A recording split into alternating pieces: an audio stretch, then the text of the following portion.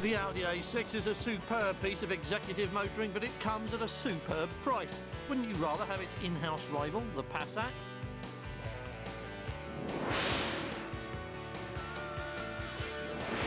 Newly revamped and so good it's almost entirely without character, the big Audi is still no competition for rivals from BMW and Mercedes.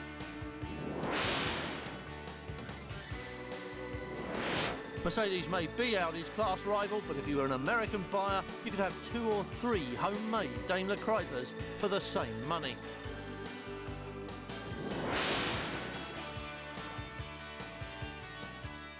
The car maker we know today as Audi owes its name to a series of mergers which were every bit as convoluted as those fascinating boardroom battles and deals which characterised the buccaneering days in Detroit. It was probably best known as Auto Union, as it changed its name and shape several times. And in this guise, not only won racetrack glory, but also forged the familiar row of circles that is the Audi logo and the hallmark of today.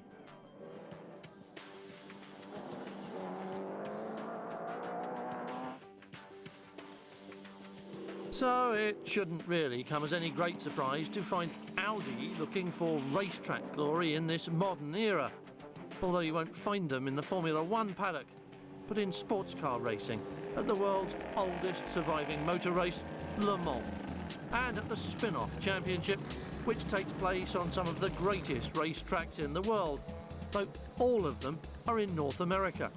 And before you doubt it, you should make the effort and go to Road Atlanta, Mid-Ohio, Road America or Laguna Seca and watch ex-Formula One drivers like Emanuele Pirro or Stefan Johansson and Johnny Herbert. I used to race on tracks like this in Europe, Herbert said wistfully in Ohio this June, but apart from Spa and Le Mans, they've all gone now. Audi management say that winning Le Mans means more to road car technology and sales than winning the Formula One World Championship, and they may well be right. This year saw the 3rd consecutive Audi victory at the hallowed circuit of La Sarthe, and North American sales figures have seen the benefit during the same period, underlining once again the motor industry's most famous adage, race on Sunday, sell on Monday. The group's volume label cars are, of course, Volkswagens, and the company has only recently made it clear once again that it has no plans to follow rivals like Renault, BMW or Ford into Formula One, dismissing it as far too expensive. But on the other hand, VW has just unveiled a brand new supercar, due in the showroom soon and looking uncannily like a closed cockpit Le Mans contender, although the extra weight of doors and roof do tend to make it uncompetitive. Hacksaw, anyone? Strangely, the Volkswagen sports car received its first public workout in Italy on the high-speed bowl at Nardo, where it immediately and easily broke a number of long-standing world speed and endurance records, establishing its credentials well in advance of its motor show launch.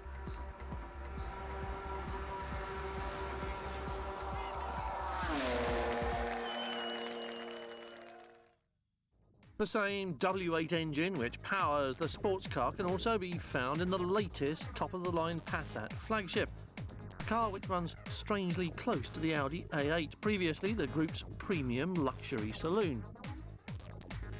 Occasional oddities like the W8 aside, Passat remains the fish and chips model in the saloon car lineup, though there's nothing cheap about it except perhaps the price. Of course, the Passat is a little more expensive than, say, the Ford Mondeo, which you would expect, since you're getting the perceived extra value of Volkswagen's reputation for quality and reliability. And not surprisingly, the Passat turns out to be considerably less expensive than the equivalent Audi, which raises the game from the Ford to the Jaguar level of the marketplace. In effect, it's VW versus Ford and Audi versus Jaguar. But while offering superb value, outstanding safety and reliability, and an amazing build quality of which most its rivals may only dream, Passat doesn't quite measure up to Mondeo in a couple of vital ways. most notably not in its B-road handling. But let's remember that it was designed to transport family drivers and business car users in calm, comfortable safety, almost on autopilot, and in that respect it simply cannot be faulted. It's not just a whole lot of fun on those days when you're on your own and the back lanes are beckoning.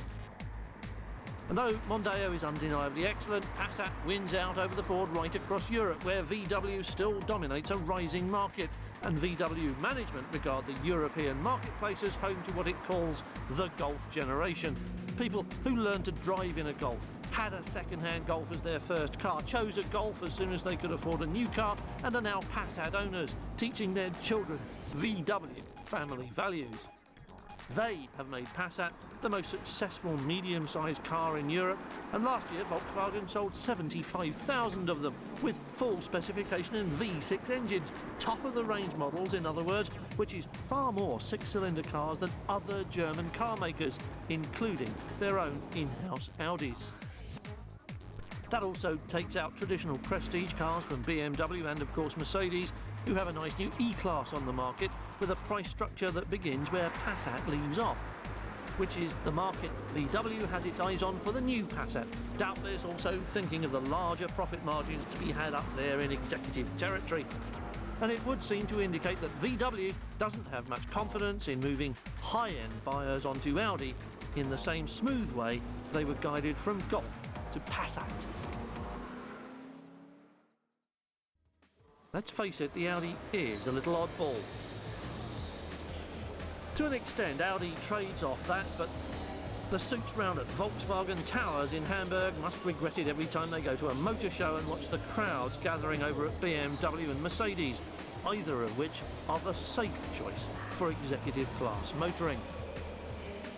And that despite the cleanest and most enviable styling look, world-leading turbo and quattro technology, plus impeccable build quality and reliability. Audi must be wondering what they have to do next to compete on level terms with their German rivals.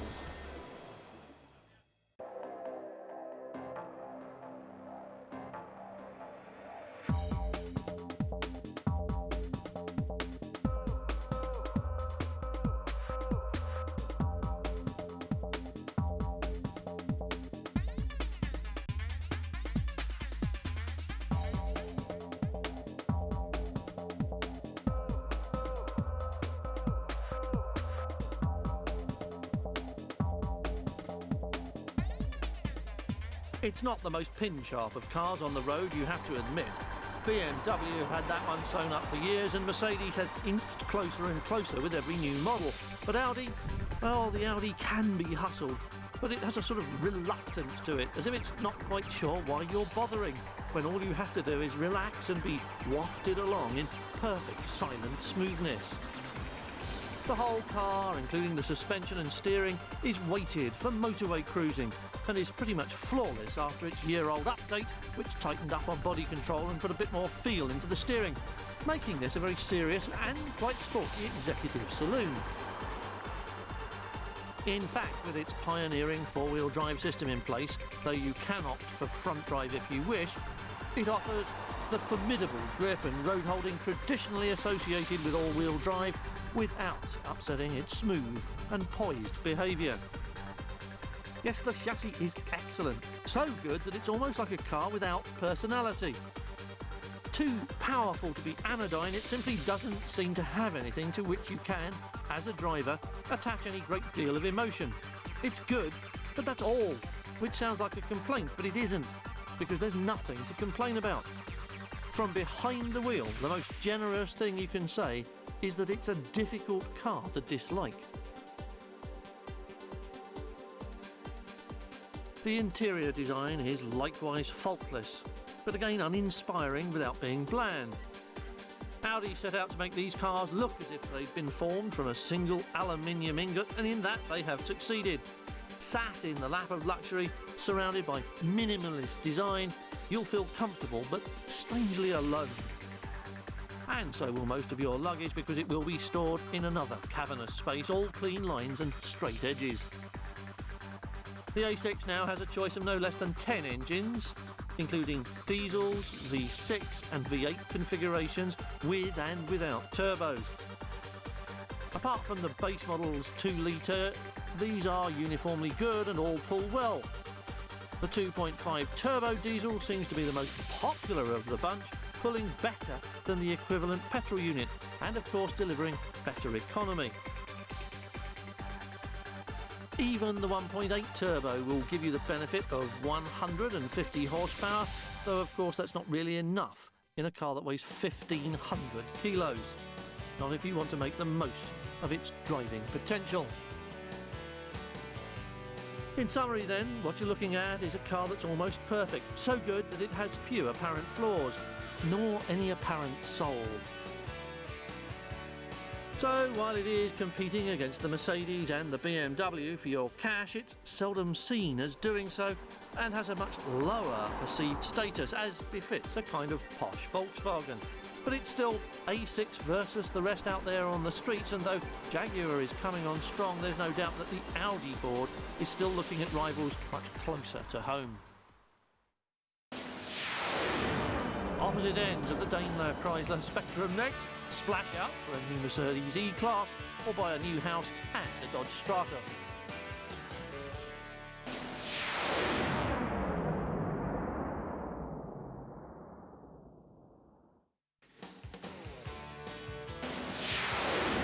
The E-Class is all luxury and money and prestige, of course, while the Dodge is nothing of the sort, but it does the job and lots of people like it.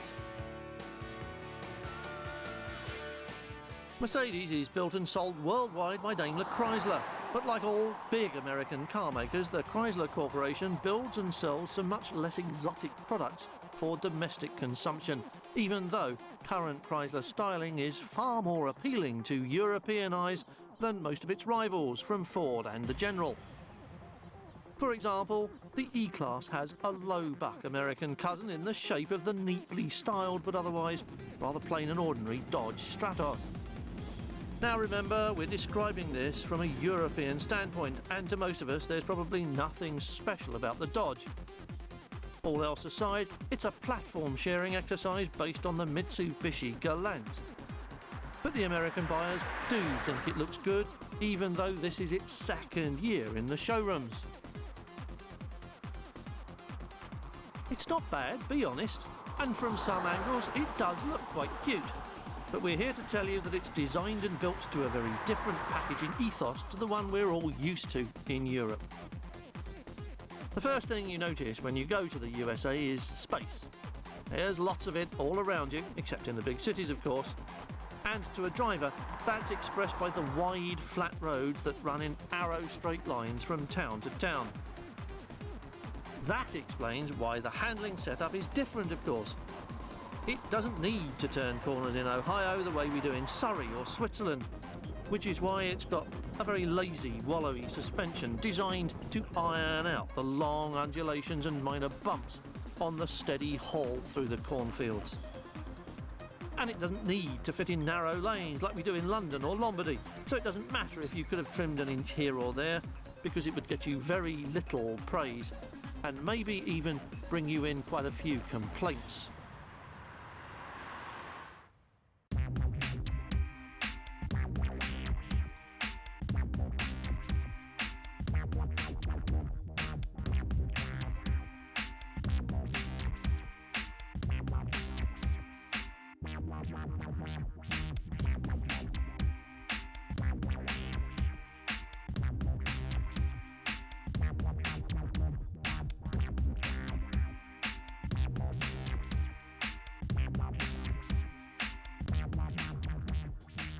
It's far too simplistic to try judging cars like this by European standards, and too easy.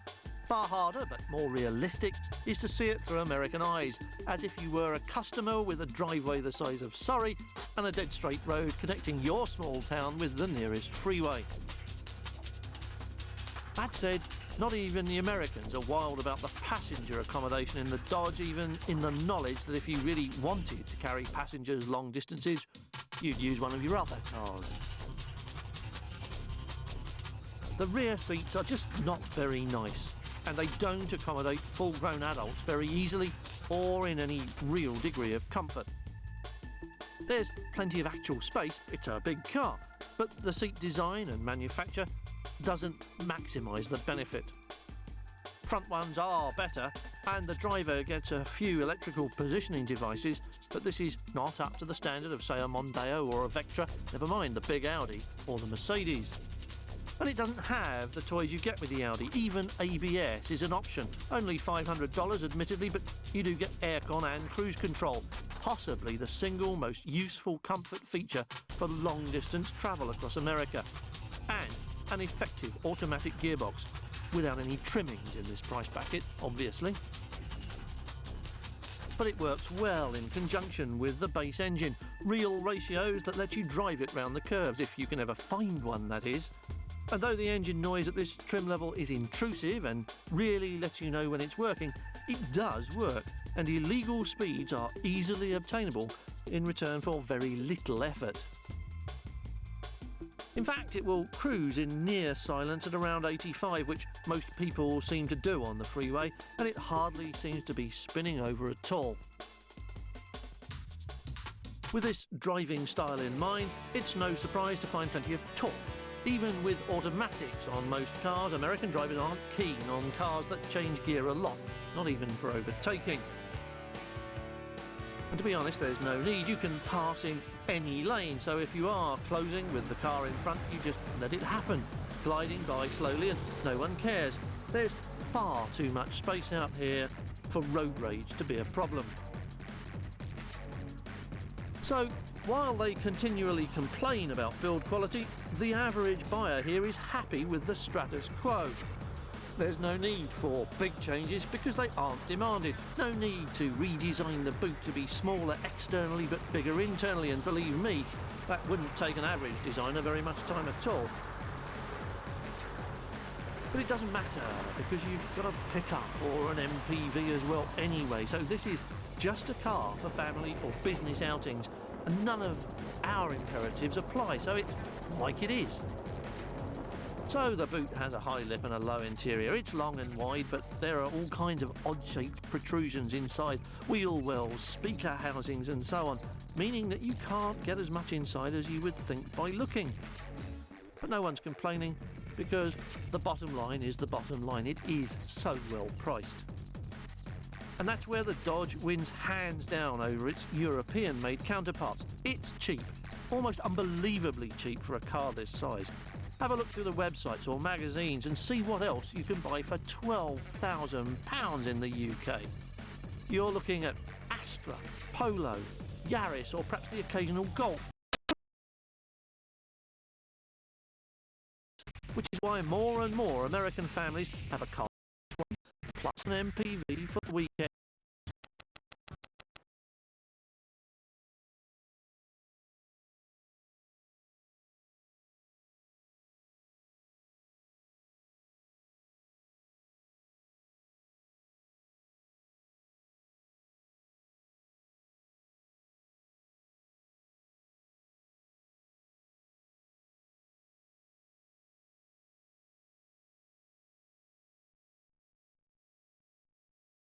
Years, and we're looking at what is only the third reworking of this medium-sized classic.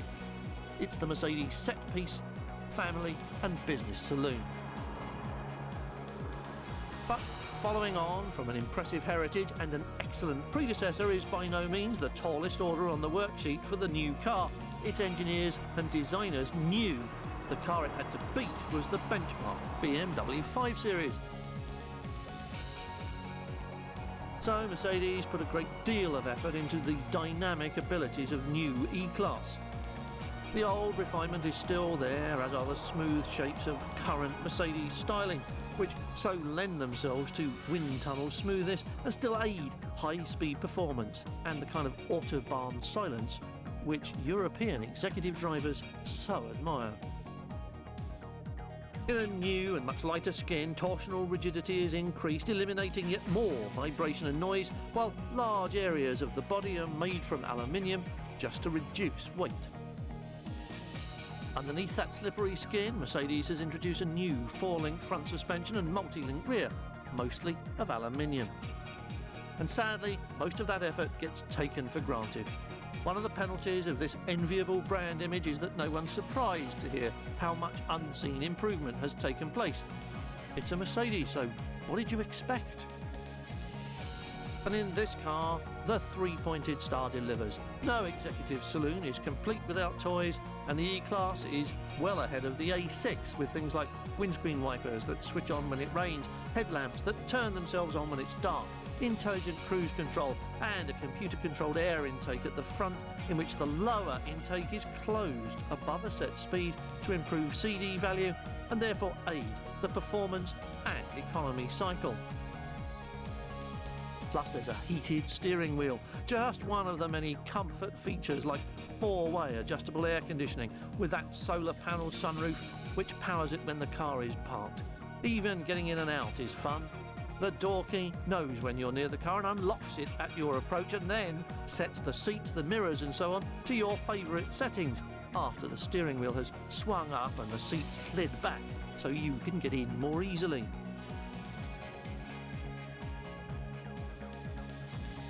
Seats that weigh you and adjust airbag inflation accordingly, that's good. Seats that recognise the installation of a child seat for the same reason, better still. Ventilated seats that inflate and change shape according to the way you drive. Sensors that change the way the engine responds to match the way you drive. The list is endless. It goes on and on. In summary, the world's best-selling saloon in this class has even more of the gadgets that took it to the top in the first place, and it's all being built with the same painstaking care on which the three-pointed star has founded its reputation for solid engineering.